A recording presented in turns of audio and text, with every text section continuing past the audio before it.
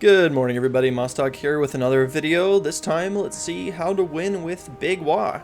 This is of course for the new GHB that came out this month. Very excited, lots of interesting stuff. Thank you for all of the contributors to the art, I really appreciate you guys.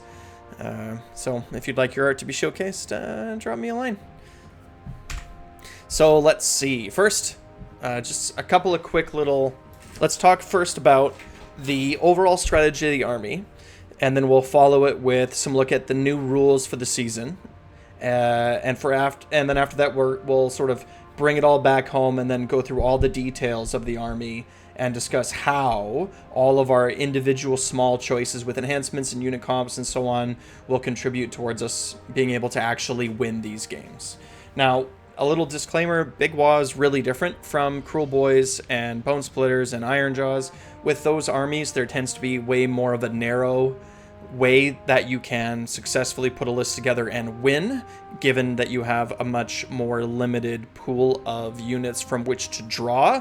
But with Big Wagh, it's absolutely ridiculous. You have all three of those war clans from which to draw units and enhancements. So just bear in mind that as we go through this army, this isn't the only way to win.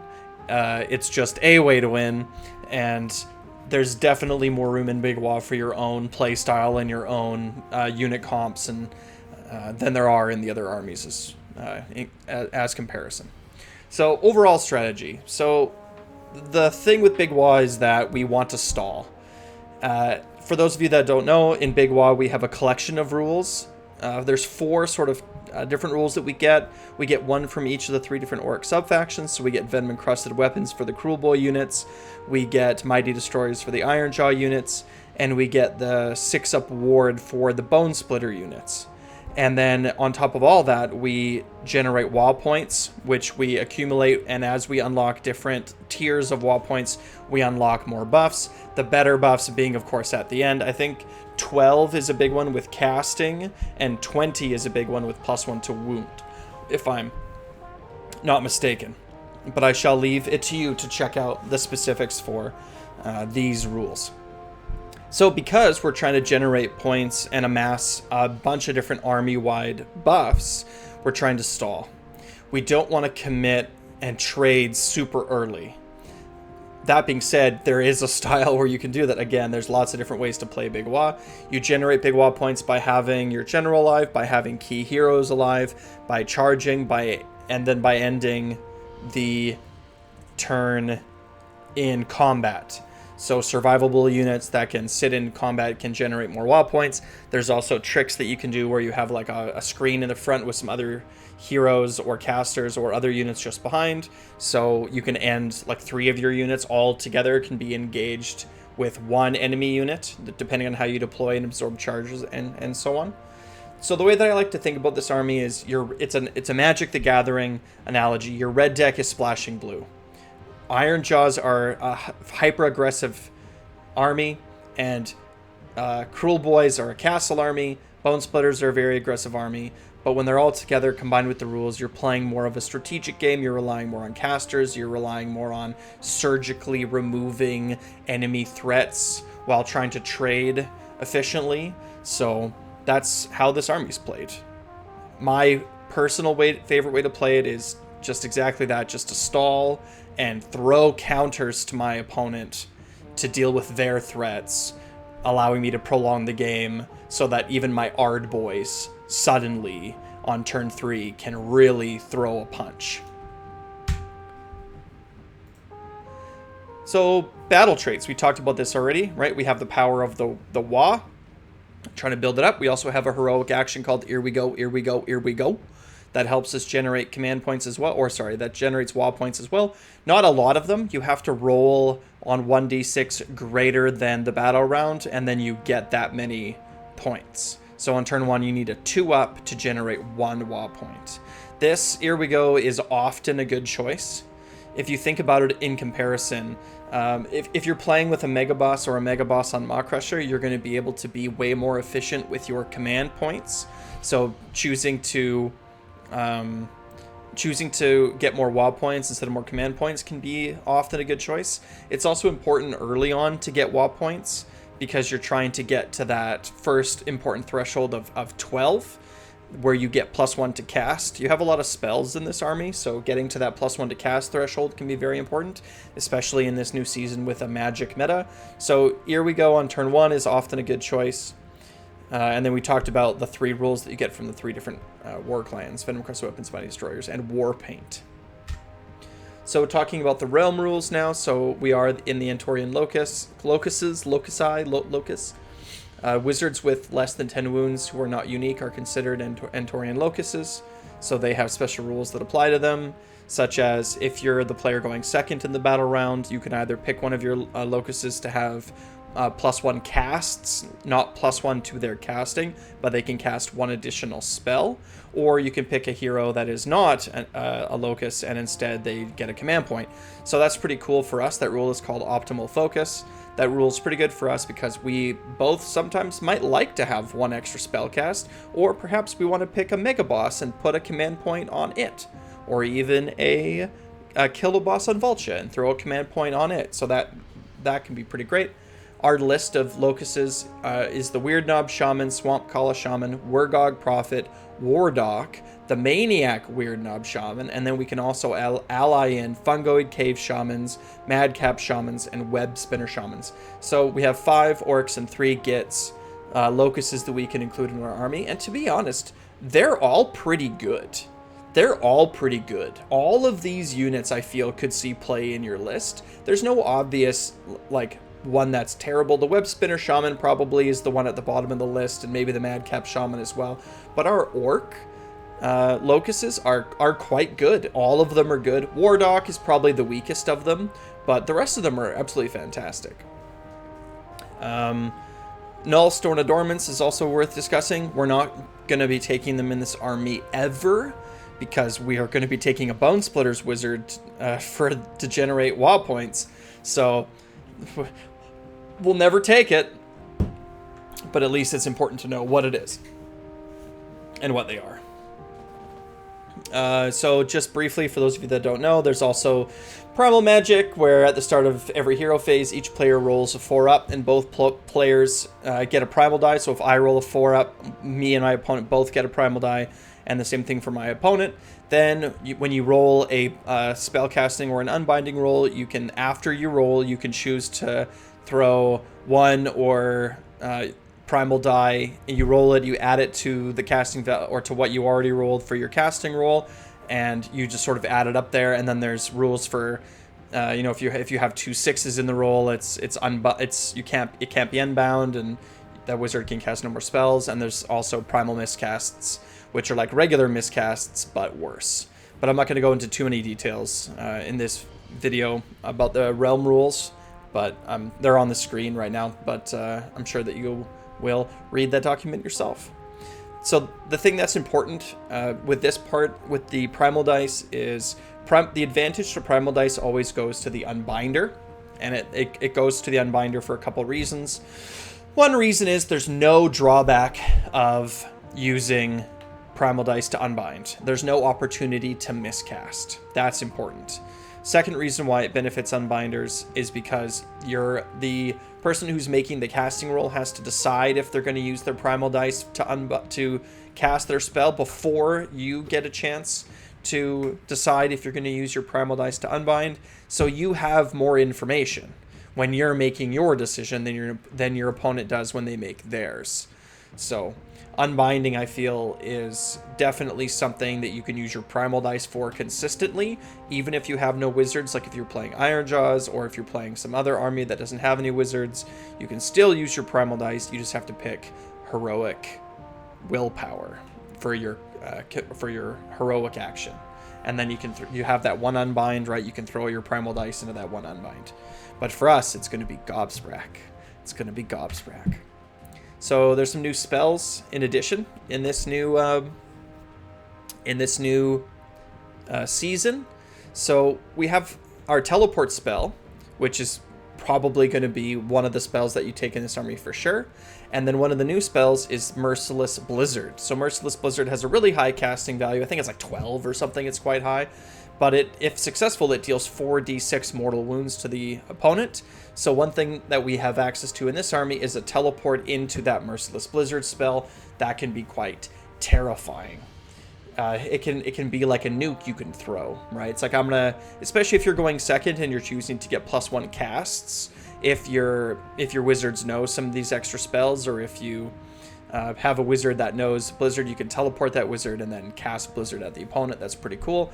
Another combo with Merciless Blizzard is to take a Maniac Weird Knob and give it Fasten, so you can actually move in the hero phase with Fasten and then cast Blizzard, which can be quite scary, right? Being able to move that far, because I believe that the Maniac Weird Knob, if I'm not mistaken, has a movement speed of 10, but maybe I'll just check real quick. No, movement speed of 12. So being able to be 23.9 inches away, move 12, and then cast Merciless Blizzard can be quite a powerful ability. If we include Gobsprak in our army, we're going to have so many casts. We're going to have so many casts. We're going to have a Wargog Prophet, that's 2. We're going to have a Gobsprak, most likely, so that's another 2, so we're up to 4 casts. And then from there, like a Weird Knob Shaman is 5 casts. And if you're going to be bringing, like, I don't know, like a Swamp Kala Shaman or some other like, you can easily get up to 6 casts in this army. And then if you're picking +1 casts as part of the optimal focus choice, that's a lot of casts. There's a lot of wizards in this army. So then we have to think about, what are we going to do with our primal dice? What we're going to do, no matter what kind of list you're making, you need to keep in mind what you're going to be doing with your primal dice. Because whatever you decide is going to be your main use of primal dice is going to affect what other spells you're bringing in the list, what other enhancements you're going to bring in the list. For example, you cannot use primal dice after you've re-rolled a roll. So you can't use Master of Magic and then throw primal dice in on top of it. So if you're going to be using your primal dice to make sure that you get off a Hand of Gork, then you're not going to want to pick Master of Magic for a Weird Knob if that's your general choice. You sort of understand what I'm saying here. You need to have a plan for what you're going to do for primal dice so that all your other decisions can fall in afterwards. So, talking about more spells, Hoarfrost.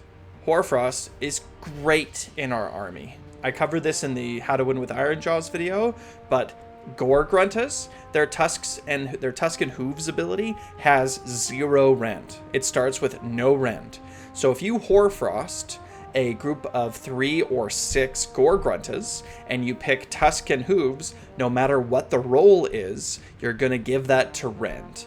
Tusks and hooves going from no rend to 3 rend is a huge, huge spike in their damage. And the same thing with Ardboys. Ardboys have a lot of attacks, right? Each one has 3 attacks. So if you're in a unit of 5, you're looking at 15 dice, and they have no rend, right? This is sort of what I mean about how Ardboys can suddenly slap, right?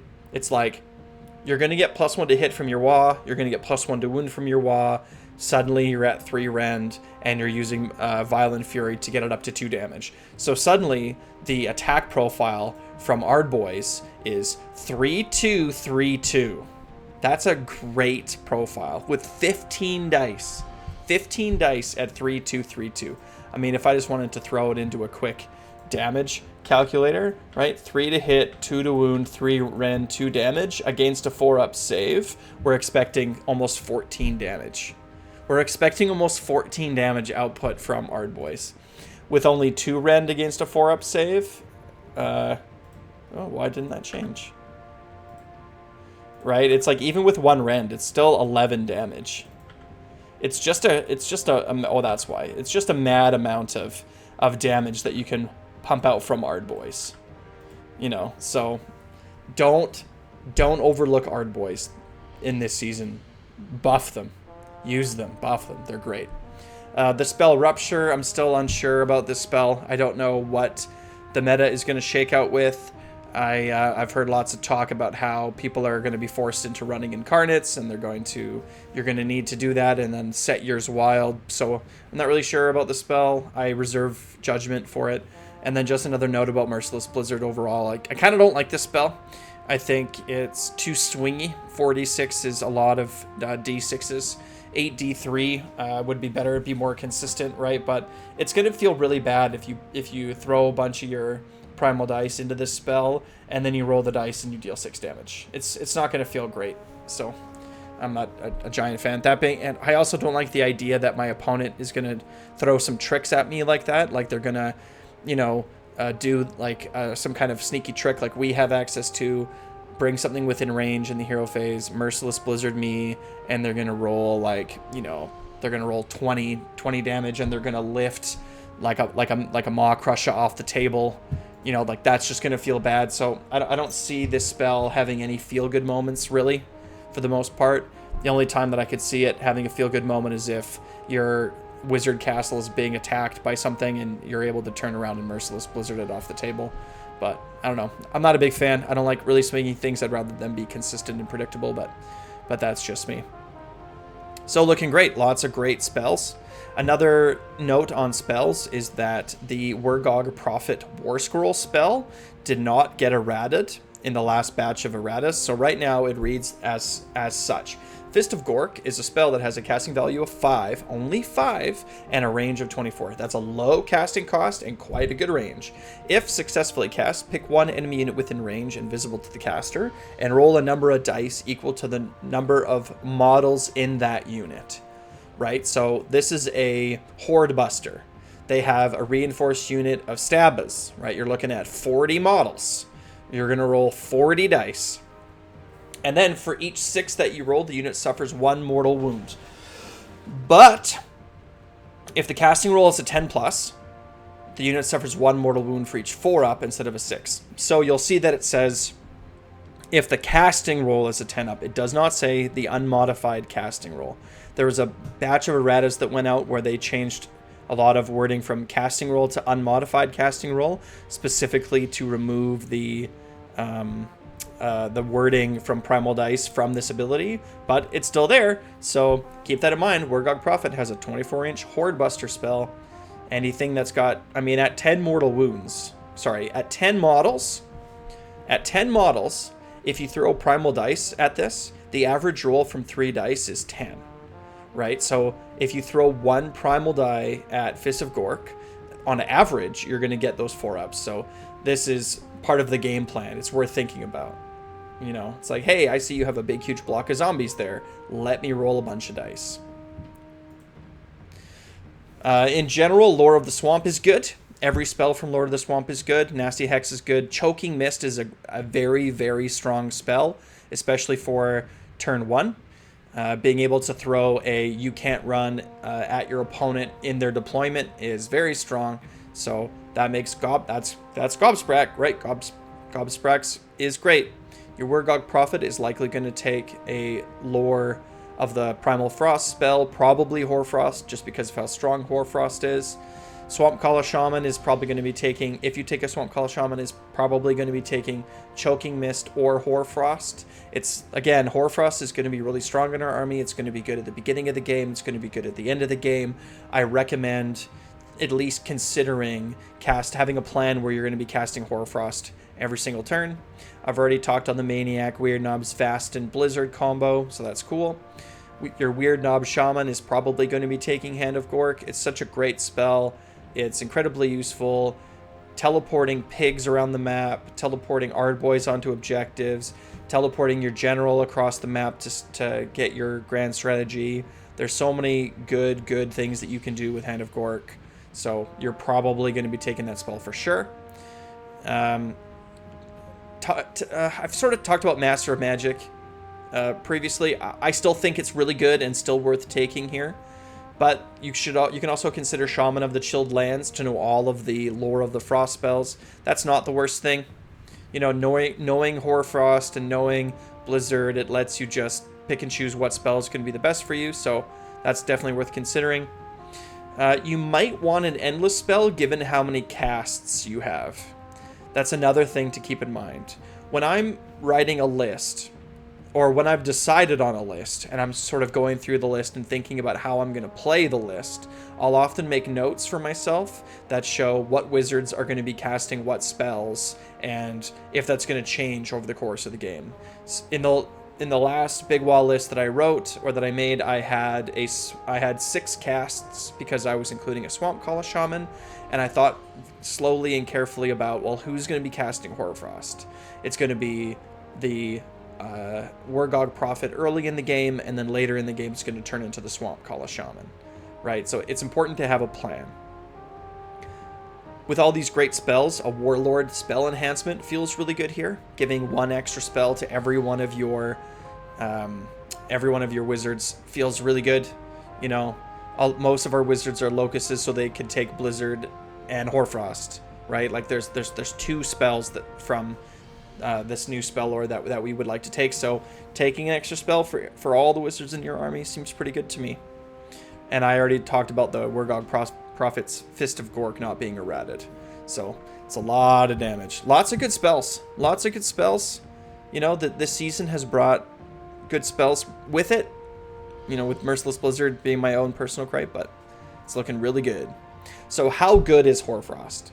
So you only need a 7 on the dice after you have 12 Waaagh points. That's a good casting roll, right? Because we're getting +1 to cast at 12 Waaagh points, and Hoarfrost needs an 8. So already we're looking good. You could use Primal dice, or you could also use Master of Magic. This is where putting Master of Magic on a general who knows Hoarfrost can be really good. You're going to get to re-roll that casting roll and save your Primal dice for other stuff. So who should we be Hoarfrosting? Well, I mean, you can see on the screen, Tusks and Hooves. This is with Mighty Destroy or Violent Fury. With that +1 damage, it skyrockets. Hoarfrost can add 10 damage to Tusks and Hooves on average. Like it's great. 10 mortal wounds for a spell, awesome. And even with Ardboys, you're looking at up to like a 5 damage increase. Like it's quite good, quite strong. A lot of the other units in our army already have good profiles, leading to less value. So like brutes, you would think might be a good option for Hoarfrost, but the Gore Choppas already have 2 rend, right? Jagged Gore Hakkas already have 2 rend, and if you have to pick one profile only, a unit of 10 brutes is going to be split up between 3 different profiles. So the only one that's going to be throwing any reasonable number of dice is going to be Jagged Gore Hakkas. If you can get them all in range, you're looking at about 7 attacks, so 21 dice, which is a fair amount of dice. But, what you're going to improve the rend by 1. And if you're later in the game and brutes already have a +1 to hit against units that are, 4-up wounds, right? So it's like you're going to get +1 to wound, +1 to rend, right? It's not as efficient as something that has no rend. Same thing with Big Stabbas, right? Big Stabbas already have a good attack profile with a good amount of rend, so that's kind of how I see Hoarfrost being used. I think Hoarfrost is best used on units that have a lot of dice, they're going to throw a lot of attacks, and they have no rend. That's, I think, where it's going to be best. Yeah, Hoarfrosted pigs. So you Hoarfrost pigs, cast Levitate on them, you teleport 12.1 inches away so that you can Mighty Destroy your move, bringing you to a 3.1 charge with no opportunity for redeploy. It seems good. In addition, the new rules for the pigs, the new coherency rules lets you line 6 pigs up. You could even turn them side to side, and you can just imagine how much space you're going to cover. I tested around with doing this and just putting the pigs right in the center of the map and just shoving them right into the opponent and blocking off a huge section of the center of the map while my Ardboys, Brutes, and Magic Castle move up the table into the middle. It's great. It's great, and they deal a ton of damage. I do, however, recommend going with smaller units of pigs. I feel like 6 was overkill. Like, I was going to kill everything I ran into, right? And then a lot of damage was negated and didn't go anywhere. And then when I started losing pigs, right, it started to feel a little bit like it was overkill. So 3 pigs, I think, is probably the way to go. So instead of 1 unit of 6, go with 2 or 3. Turn 1, Hoarfrost them, buff them all up, give them everything you need, right? Give them that Violent Fury, teleport them, Mighty Destroyers them in, charge them in, hit whatever you need to do, and the next turn do it again. Right, or why not twice? Command traits. Even though Master of Magic does not work with Primal dice, it is still very strong. Deploy out of unbind range and use your Primal dice for gobsprak unbinds and use Master of Magic for Hand of Gork. That's how I'm playing this list this season. All my Primal dice are going into gobsprak. I'm going to sit there and look at my opponent and say, like, how many casts do you have? 3? Cool. I'm going to sit here with gobsprak. And I'm going to unbind your spells. Because, like I said, the advantage goes to the unbinder. Unless your opponent gets like the double 6s, right? Where you can't unbind. Which is kind of a bummer, right? Which is another reason why Hoarfrost is, or Merciless Blizzard annoys me. It's like, hey, guess what? I'm gonna throw all these dice at the spell, and then guess what? You don't get to unbind it. You don't get to interact with me. I'm gonna deal 46 to you with magic spell, and you don't get, no matter what you do, there's a chance that I'm just gonna get to do it, and you're not gonna get to say anything about it. Not a big fan of that. So, but that's how I'm using my Primal dice this season. It's gobsprak, because Primal dice count towards the 10-up unbind rule for gobsprak's d6 damage. Dealing d6 damage to a foot wizard is awesome. There's lots, and because locuses have to be less than 10 wounds, right? They have a, is it 10 or less than 10? I can't remember, but regardless, they're gonna have, you know, either single digit or 10 wounds that they have. So if I look at something like a fungoid cave shaman, for example, 5 wounds, right? There's 5 wounds, which means there's a 1 in 3 chance that if gobsprak unbinds you, which he's going to, that I'm just going to kill you. I'm going to kill your fungoid cave shaman right off the table. In my Gloomspite Gits lists, he's my general. So having him dealt, the idea of having him be dealt d6 mortal wounds, because on my turn during my casting, feels bad. So if you're on the other side of the table, it's gonna feel pretty good. And don't forget too that gobsprak also has a once per game 3d6 unbind. So even if you're going toe to toe with your opponent with the same number of dice, once per game you can still have 1 extra die over top of them. It's gonna feel great. Play gobsprak. Go buy them, paint them up. Definitely worth it this season. So more command traits. So Master Magic, good. Shaman of the Chilled Lands. Teleporting into a blizzard also feels pretty strong. But the fact that we have so many casts, this feels less important, right? We can also take Warlord for an extra spell enhancement. Like when I wrote this script, I was sort of thinking Shaman of the Chilled Lands might be good, but I'm kind of pulling back from that a little bit. I think that if you want to have like all these different combos with these different spells, I think it's better just to take a Warlord, because we're going to be taking a Warlord anyway. So if you want to lean heavily into the magic, I'd say that's the way to go. When it comes to, I think you're definitely going to be taking a Warlord enhancement in this army. The only question is, do you want to take an extra artifact so you can take like Glowing Tattoos and Destroyer for your Waaagh and for your Mega Boss, or do you want to take an extra spell enhancement so that you can get spells? Or if you're really clever, you could write a list where you take 2 and you get both. That would be pretty good. I should look into that. Another good command trait is Super Sneaky. If you take a Cruel Boy as your general, such as a Sludge Raker, you can Super Sneaky a unit out onto the map. I believe it has to be a Cruel Boys unit. I mean, I'm sure it has to be a Cruel Boys unit. So a good strategy is that you can take a Break a Boss, give him the mount trait Fasten, and Super Sneaky the Break a Boss. It's probably 9 away from the opponent, right? And then you use Fasten, and you close the gap to 9 minus 5 is 4, so you close the gap to 4. So now you have a 4-inch charge on your first turn.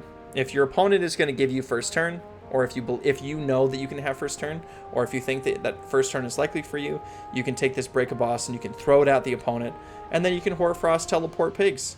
You can come in from all sides. It's definitely a strategy worth thinking about. Artifacts of Power.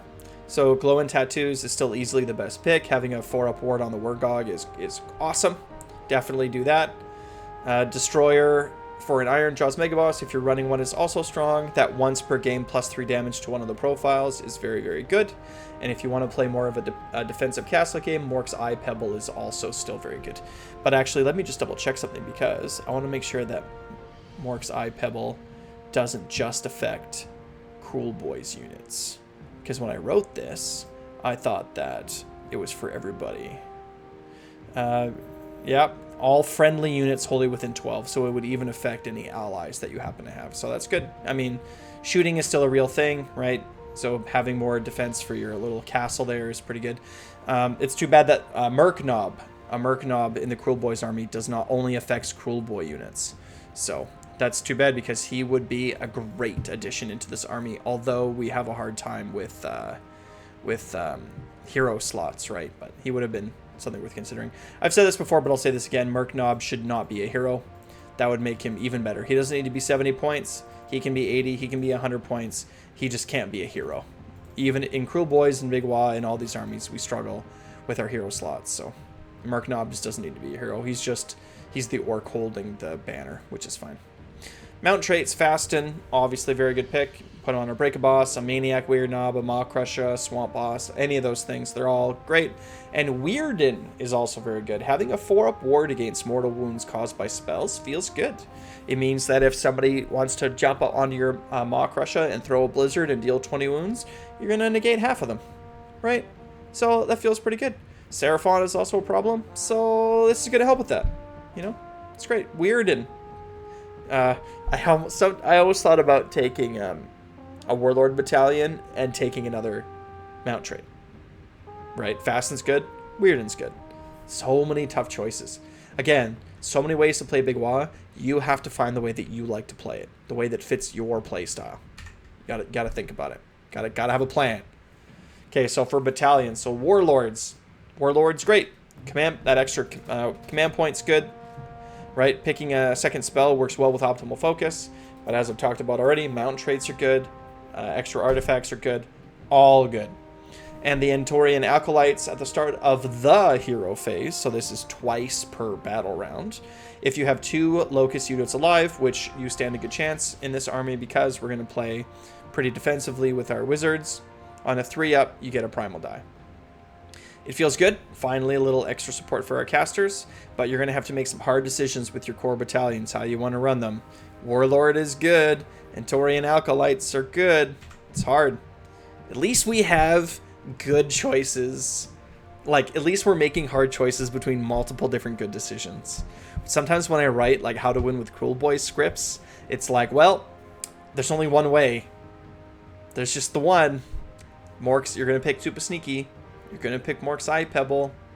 You're going to pick Fasten. Although maybe now you're going to pick Weirden. But you get my point. At least now, in this army anyway, I'm feeling like, hey, this is also good, but this is also good.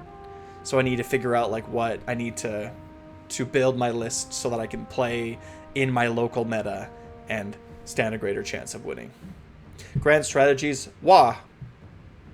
Yep. When the battlefield ends, you complete the strategy if the model picked to be your general or a friendly battle line unit is wholly within enemy territory. Not hard. Ardboys, Brutes, and then your general. Probably, like, it could be lots of different, your general can be a few different options, right? But definitely one of them. It's really easy to do if you're going to use Hand of Gork. You can just teleport a battle line unit, or you can teleport your general across the map. There's multiple ways of getting it. Your opponent's not going to be able to stop you because you just have so many ways that you can complete it.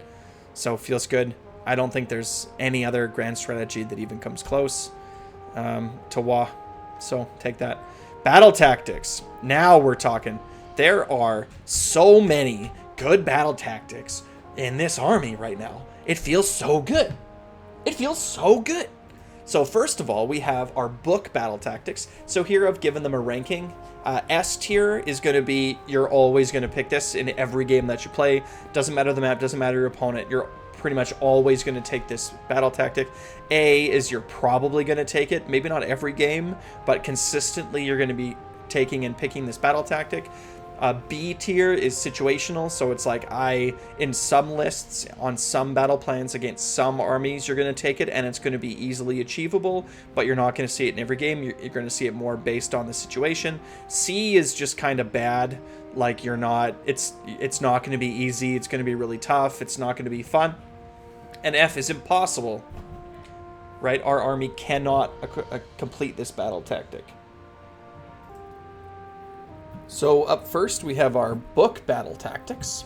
So time to get stuck in. So this is a B tier battle tactic because I believe it's only really going to be good when you're playing against an army that is going to alpha strike you. So for those of you that are unfamiliar, you can pick this battle tactic only in the first or second turn. You complete this tactic if the model picked to be your general and all the models in your army that are on the battlefield are within 12 inches of an enemy unit at the end of the turn. So it's not wholly within, but it's within. It's strange wording. I don't know why it says if the model picked to be your general and all the models. It should just say all the models in your army that are on the battlefield. So if you're deployed nicely, and if you're like playing against a Beast of Chaos player or a Gits player, and you know that they're going to be throwing their army at you first turn, it's a pretty easy battle tactic if you know that's what's going to happen, and you can just sort of deploy and measure it out and be like, okay, everybody's within 12 or whatever. Or like, my backliners have to move up a couple inches and then everybody's within 12.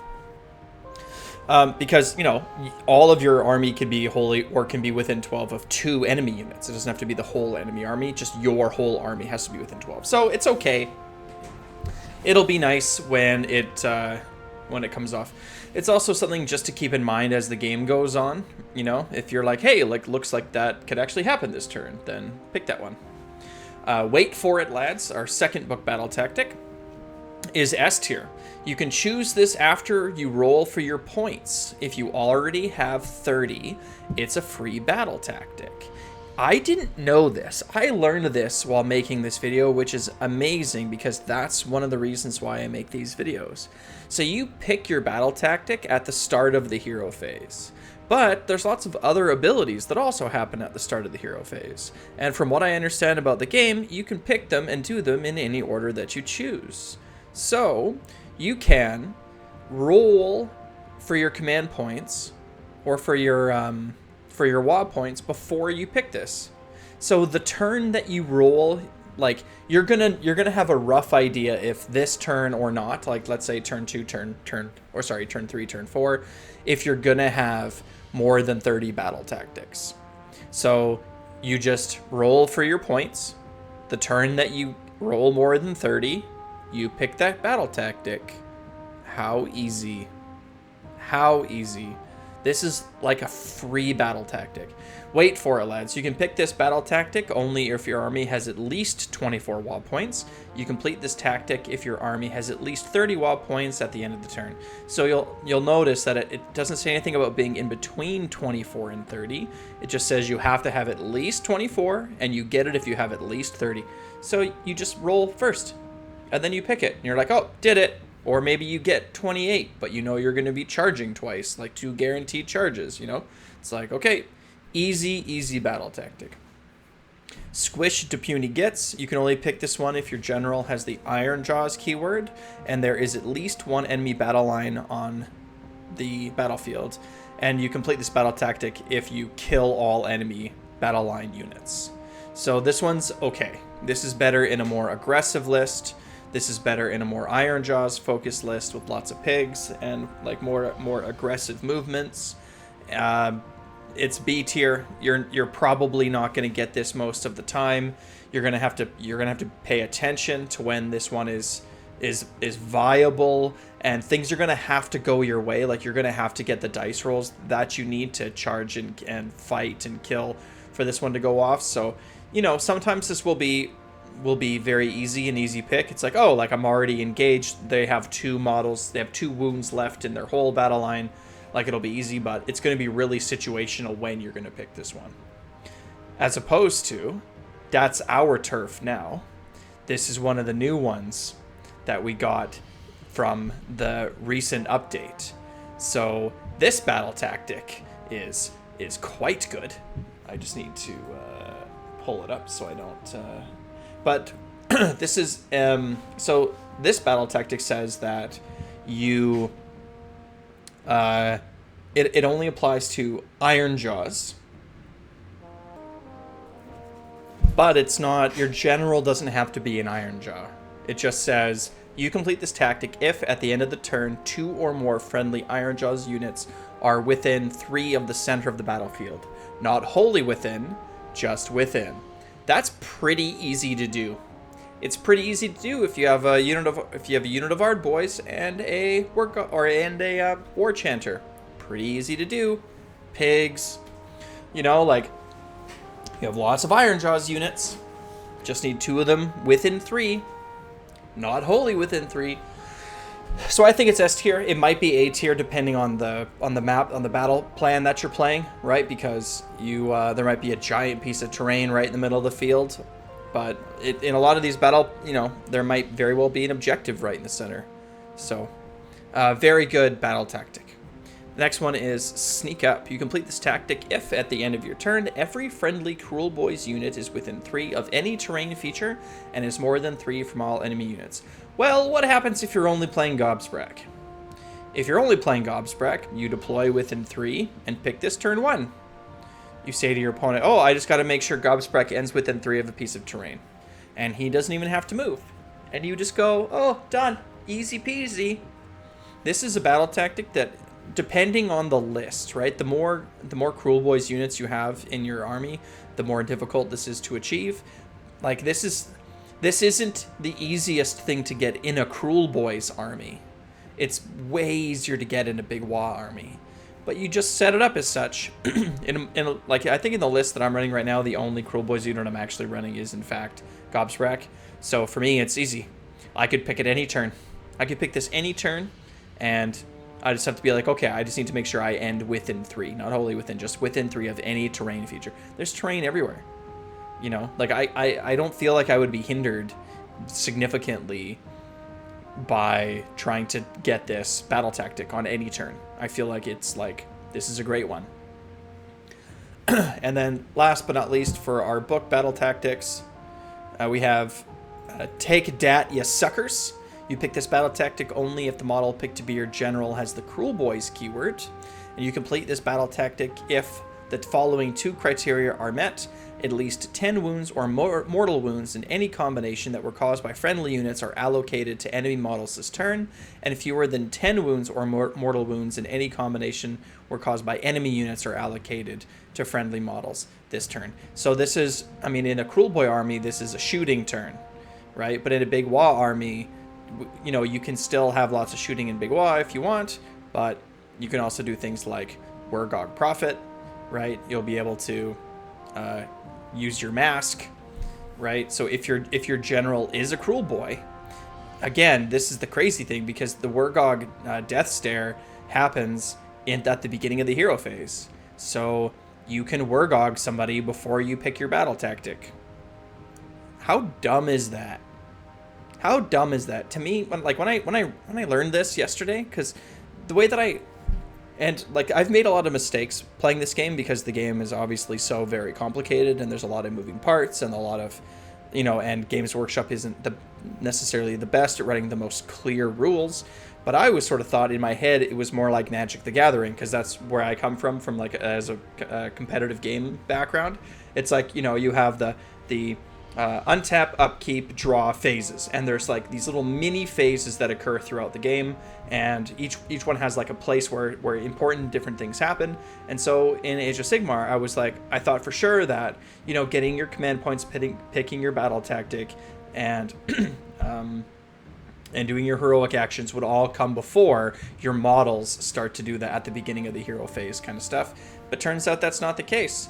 So if you're playing with a Sludge Raker General at the beginning of your hero phase, you can say, okay, Waaagh Mask, here we go, laser beam, pew! If you deal 10 mortal wounds, done. There's my battle tactic. Because the other one says fewer than 10 wounds or mortal wounds were caused by enemy units. So I don't think the Waaagh hurting himself counts as it being dealt by enemy units, right? So you can just like deal your 10 wounds, and then you're like, well, I've already dealt my 10 wounds before shooting, before combat, and then that can change your decisions. You're like, well, this turn I was planning on not engaging in combat, not charging, so I'm just gonna see if Waaagh gets his 10, and if he gets his 10, I'll pick this one. So I put it as an A tier. It could very well be an S tier. Like, look at these book tactics, right? Wait for it, lads, is a freebie. Dat Turf is ours now, is pretty much free. Sneak up is so easy. Like, we're just swimming in good book battle tactics all of a sudden. Like, oh man, happy days for Big Wagh. And then we have the pardon me, and then we have the the seasonal ones. So these are less these are less reliable than our book battle tactics, but there's still some good ones in there. You'll see that there are no S tier ones, and to be honest, I think that's okay, because what you really want is to have good book ones. I've been playing more Gloomspite Gits lately, and the fact that there's so many good book battle tactics, it just makes me so happy. So Intimidate the Invaders, you complete this battle tactic if at the end of your turn, if there are more friendly units wholly outside your territory than there are friendly units within your territory. This one I put at C. It's gonna be tricky. You have a lot of little casters and that like to sit in the back. So for you to get most of your and the units that are going to die, hopefully, are the units that are moving out of your territory. So this one's actually, I think, going to be quite difficult. Depends on the battle plan. There's some where you'll be able to get out, and as the game progresses, you'll be able to perhaps get this one later in the game. But I don't think it's very reliable for us. Reprisal, you complete this battle tactic if an enemy unit that destroyed a friendly general earlier in the battle is destroyed this turn. So, I put C again, like, you'll have to pay attention. If your general gets picked off, it's like, well, which unit did it? You'll have to keep that in mind so that you can come back later and kill them. Endless Expropriation, this one has been changed. So basically, you have to kill a unit or a wizard that is controlling an endless spell. Let me just pull up the FAQs real quick. So pick one enemy unit that summoned an endless spell that is on the battlefield or that is bonded to an incarnate. You complete this battle tactic at the end of your turn if either of the following is true: the enemy unit has been destroyed or the incarnate is wild. So you could make the incarnate wild with Rupture, but I'm not exactly sure how Rupture and incarnates are going to work. I feel like there's more information still coming down. So this one's pretty good, right? Like this one's a lot. Again, it's still like a B, because you have to have an enemy wizard that is controlling an endless spell or an incarnate, and then you have to get to him and kill him. But Big Wagh has lots of tools, lots of mobility tools, so that you can get where you need to get him and kill him. So, not bad. Magical Mayhem, pick one enemy unit on the battlefield. You complete this battle tactic if that unit is destroyed by damage inflicted by a spell or the ability of an endless spell. So, we do have access to spells that are going to blow things up, like Merciless Blizzard, for example, or the Fist of Gork from Wargog Prophet, although that one's probably not going to be what we want. You could also take Gnashing Jaws, Pendulum, like there are some endless spells. So I put this one at B tier because it's going to take more work, and it's only going to be for certain lists, and it's going to be very situational. So Bait and Trap, you complete this battle tactic if 2 or more friendly units retreated this turn and 2 or more different friendly units made a charge move this turn. This one's going to be really tricky for us. I put it at C tier because it's unlikely to happen. We do have lots of units that can, charge in and back out and all that, but I feel like it's more of a straight-up Iron Jaws battle tactic where you're going to be charging in with a whole bunch of different units and then, losing some fights and perhaps even withdrawing to do some rallying, but I don't think it's going to be super great for us. Led into the Maelstrom. You complete this battle tactic if 1 or more friendly heroes and 1 or more friendly battle line units each made a charge move this turn, and at least one of those units is within 3 inches of an enemy unit at the end of the turn. So, I wrote here that it's a B tier, but a Killaboss makes this an A tier. The reason I put that is because I feel like a Killaboss would be excellent and a very cheap addition to a list for this battle tactic. This could also be a Killaboss on Vulture, or it could be Gobsprak, or it could be, Maw Crusher. It could be the Mega Boss on foot. It could be any of those things. And you have lots of battle line units, you know, Ardboys and Brutes, so I feel like this one is situationally good. You'll have to just pay attention and see if this situation happens to pop up. With so many good battle tactics in our book, I feel like we don't have to really work to make any of these work. I feel like as we play the game that we'll be able to find, all we need is like a couple battle tactics from our book or from this season for our list. There's some that are just going to happen every game. The trick is it's going to be pretty easy for battle tactics for Big Wagh this season. You're just going to have to make sure that if you can take a more difficult battle tactic that you do, and you save the ones that are easy for, you know, like later in the game, or like for, you know, you need to have a plan of how you're going to score all your battle tactics. When you start a new game with an opponent, it's worth the time to sit down and sketch out a rough plan of which battle tactics you're going to try to get over 5 rounds. And then when you start your turn, or when you're making decisions, you're referring back and you're like, well, how am I going to use, or like, how am I going to make sure that I can get all 5 battle tactics? Because you can do it in this book right now. So absolutely fantastic. Surround and destroy, pick 3 different friendly units on the battlefield. You complete this battle tactic at the end of your turn if each of those units is wholly within 6 of a different battlefield edge, and 2 or more of those units are wholly outside your territory. I put this one as C tier. It's going to be tricky to do. You know, we have Hand of Gorks, we can teleport around, but wholly within 6 puts them pretty far off to the side. So this one might be a little bit more difficult to get, but, you know, keep an eye out, because maybe this is something, if you're playing shooters like Bolt Boys, you could teleport them into these positions. Usually, like, your back line can be wholly within 6 of the backfield. If you have some fast monsters like Gobsprak or Vulture, they can move around and get where they need to be. So, but it has to be wholly within 6.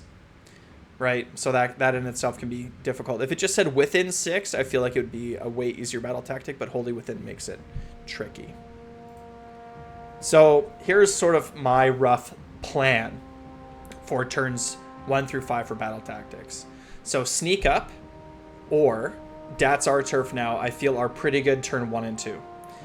Sneak Up is better at all stages of the game, but because it relies on me personally having Gobsprak alive, I like to try to get it in the first turn or 2.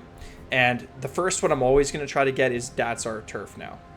I like if I'm given the first turn, it's like, okay, that's our turf. I'm going to move up in the middle because that's where I want to put my screens and my Ardboys and my Brutes and whatever anyway. So I'm just going to move them up. Done, right? That's easy. Or, you know, Gobsprak can be within 3, and then maybe the turn after I can have 2 units of Ardboys within 3 of the center. And then after that, for turns 3 through 5, Wait For It, Lads is going to be an easy one to get. I'm just waiting for when I'm going to have more than 30 wall points, right? After I roll them, that's the turn I pick it. Easy peasy, right? But I definitely pick Wait For It, Lads the turn I get more than 30 wall points. Magical Dominance, I pick that one as being easier to get relative, because there's going to be lots of endless spells going around, so for you to pick off the owner of an endless spell is not too bad.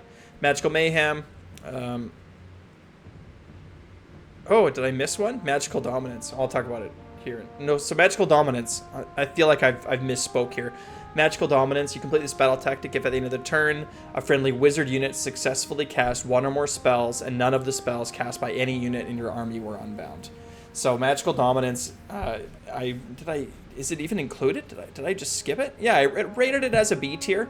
This will be really good if your opponent doesn't have unbinds. It's like, okay, that's pretty easy, right? Just don't have them unbound. Or you could also use Primal dice to help with that. We have a lot of casts, so it's a little bit tricky.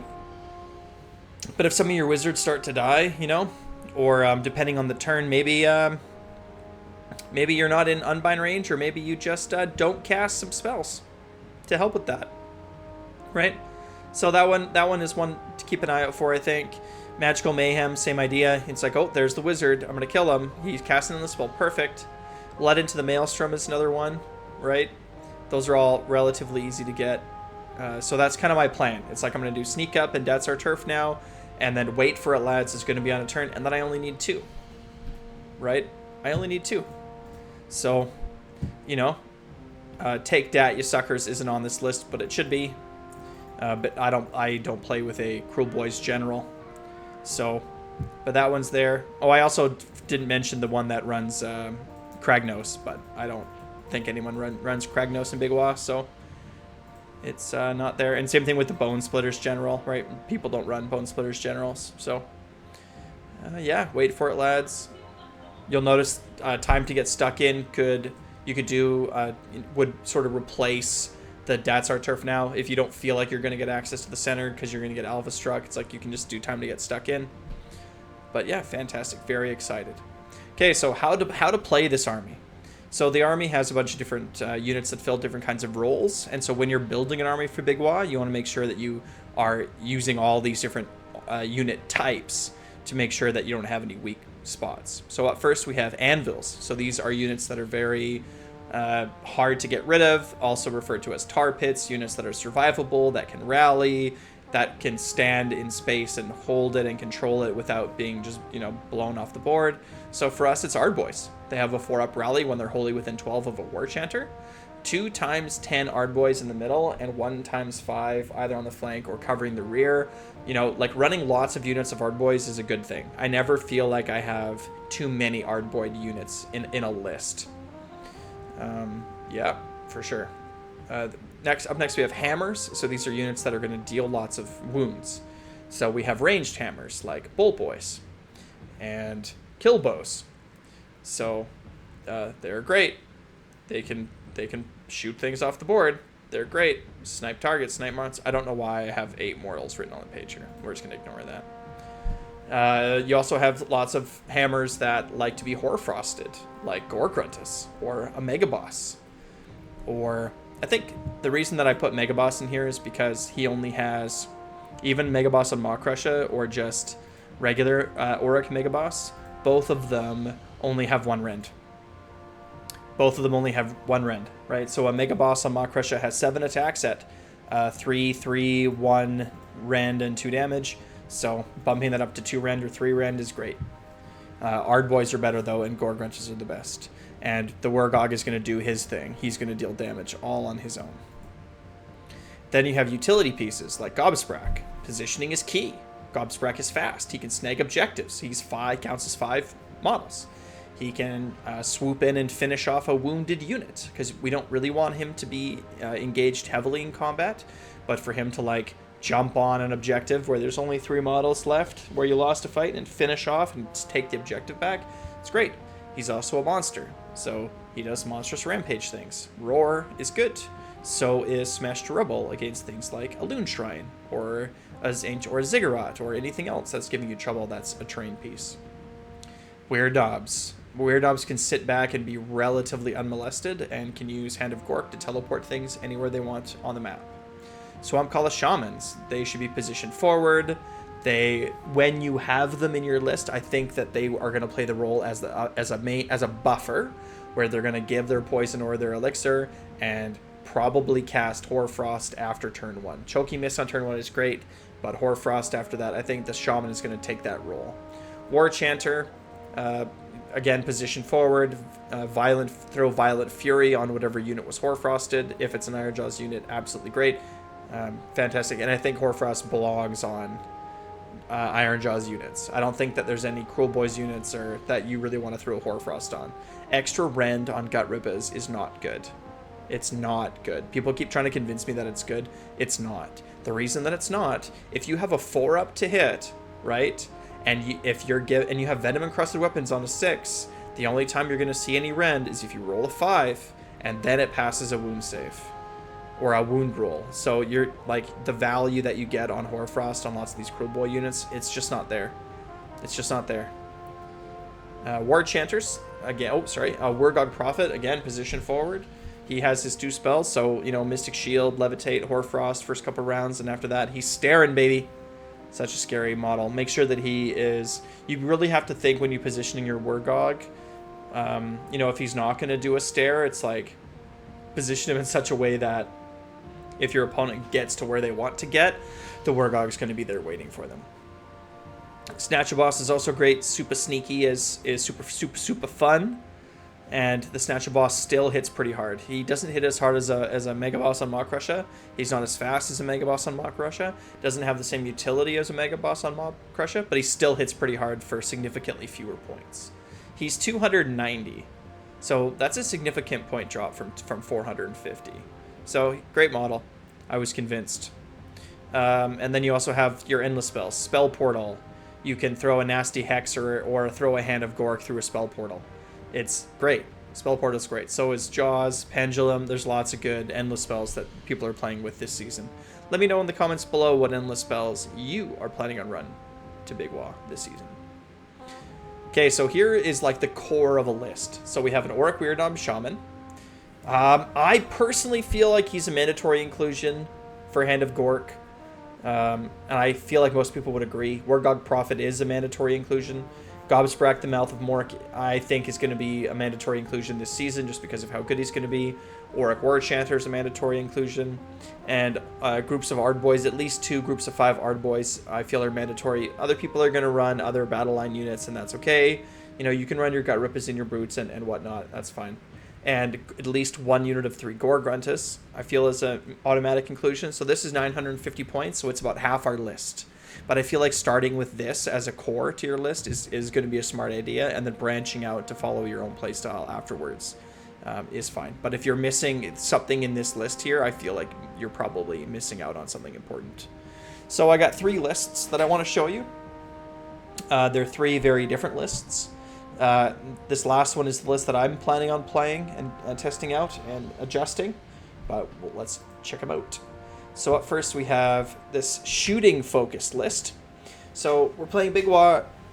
Our grand strategy is going to be Waaagh. Our triumph is going to be inspired. I don't know why I put Indomitable. I think inspired. I don't know. Maybe Indomitable is fine. I don't know. I'll have to revisit that. So my general is an Auric Weirdnob Shaman with Master of Magic. And I have Great Green Hand of Gork. And I have Merciless Blizzard, because my Warlord Battalion took a spell enhancement. So,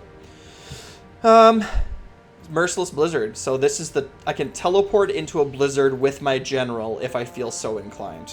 It's there. If anybody gets too close to my little mage castle in the back, my general can cast Merciless Blizzard at them. Scary. Gobsprak, the Mouth of Mork. 1 War Chanter. So this War Chanter would know the Get 'em beat. I did not include it here. Don't know why, but this War Chanter would have the Get 'em beat. It's probably not spelled right, but that's okay. Got my Wargog Prophet. So we have glowing tattoos here. And then Levitate and Hoarfrost. I thought that... So Levitate is for pigs. Casting Levitate on pigs seems pretty good to me. I had to pick another spell. This could have been Blizzard, right? I could have picked another Blizzard here. But with the Wargog, I feel like his mask is probably better than Blizzard, because it's not going to require Primal dice for it to go off, right? You just start rolling dice, which is great. So I decided to go with Levitate instead. Swamp Kalasham with Potgrot, Choking Mist, and Hoarfrost. So Choking Mist turn 1, and then Hoarfrost after that. He's going to take the place of the Wargog, so the Wargog is going to go like Hoarfrost, Levitate turn 1, or maybe Hoarfrost, Mystic Shield turn 1, and then after that it's going to be the Swamp Collar Shaman that's mostly going to cast Hoarfrost. I also took Big Grick's Cruel Shot as a Regiment of Renown in this list.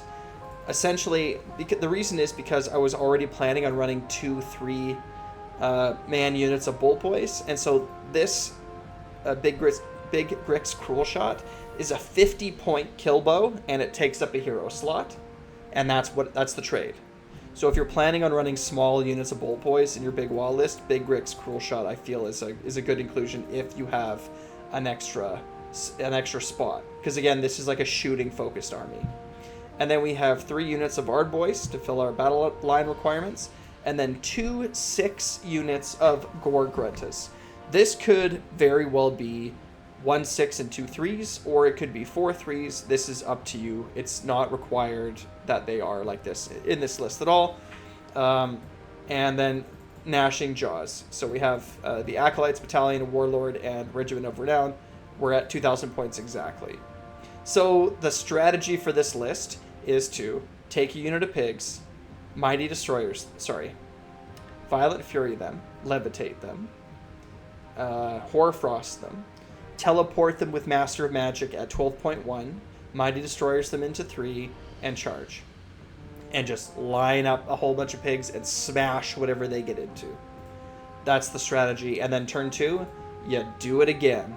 And so what you're doing is you're going to pin your opponent so far back in their deployment zone. You're going to create so much trouble with pigs, right? We're looking at 60 wounds worth of pigs here being thrown at the opponent on the first 2 turns. And then the casters and the shooters move forward. Swamp Calla Shaman giving his poison to Big Rick's Cruel Shot is surprisingly good. It's surprisingly good to put a poison on a Killbow. It means that 1 in 3, you have a 1 in 3 chance of Venom Encrusted Weapons going off and skipping the to wound and the save roll, which is good. I was playing a game, I got charged by a gobsprak, and the Beast Skewer Killbow unleashed hell. Now, when the Beast Skewer Killbow unleashes hell normally, its attack profile is absolutely terrible, because it has to use, if the enemy is within 3, right? So if the enemy actually charged into your Killbow, then you're looking at a 5 up to hit, right? And so what a waste of a command point for Unleash Hell. But if it's a 5 up to hit, well, guess what? Now it's all going to be mortals if it's a 5 up, right? So, like, surprisingly good to throw poison on this. It also gives you that as an option, right? The Swamp Calla Shaman can either buff like a unit of Bolt Boys, right? And then the Bolt Boys can be teleported off to snipe off some heroes if you get within 12 inches, right? Because all foot heroes are invisible outside of 12 now.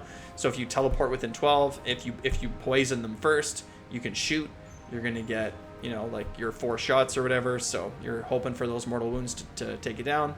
But if not, you could also do the same thing with the Killbow. You could throw a venom or a poison on a Killbow and then teleport the Killbow, so it can get into the right position and still get aim shot with that 1 in 3 chance of proccing Venom Encrusted Weapons.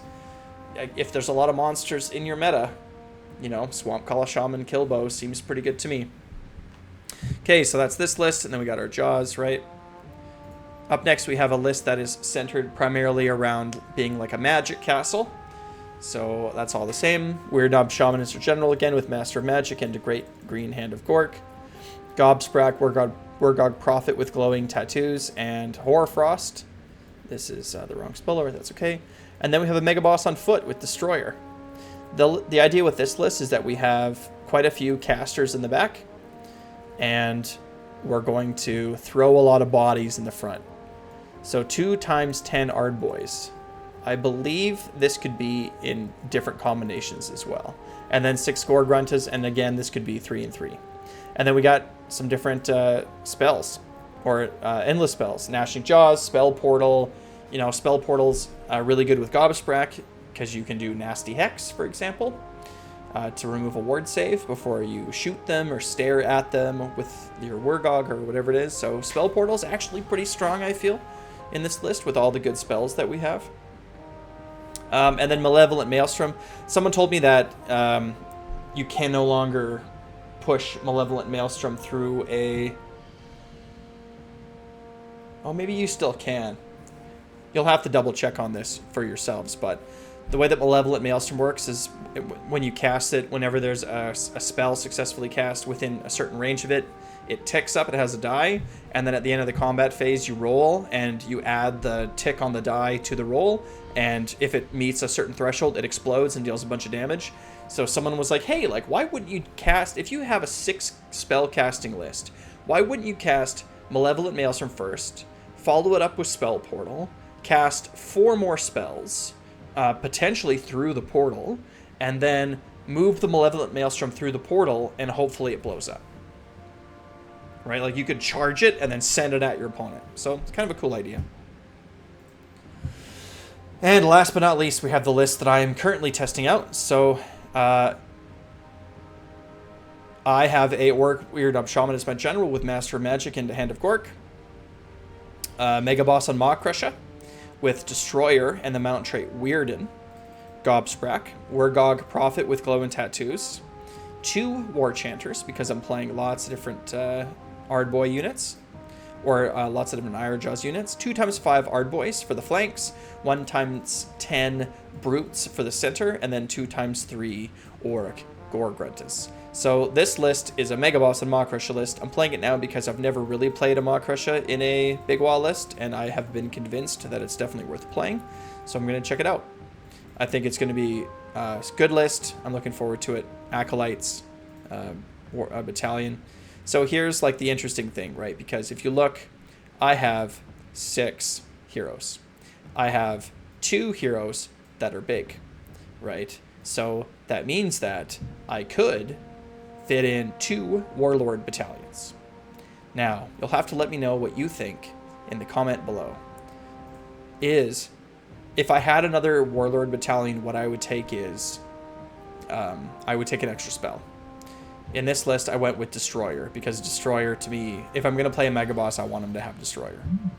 So, but you'll have to tell me, right? Because for Warlord, all that you really need is, you need 1 commander, right? And then you need 2 sub-commanders who have wound characteristics of less than 10, so of 9 or more. So I have 2 commanders, and then all the other ones of less than 10, and the rest of it is trivial. So do you think that an Acolytes Battalion is better than having an extra spell slot?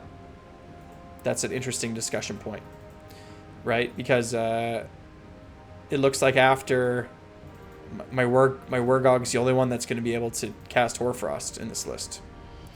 So now that I'm looking at it, it makes me double think it, right? This one is less reliant on Hoarfrost, but I mean, Brutes don't really benefit from it, right? Gore-Gruntas do. So maybe this should be 1 unit of 6 and I Hoarfrost them and throw them at the opponent turn 1. Not sure. Still have more games to play.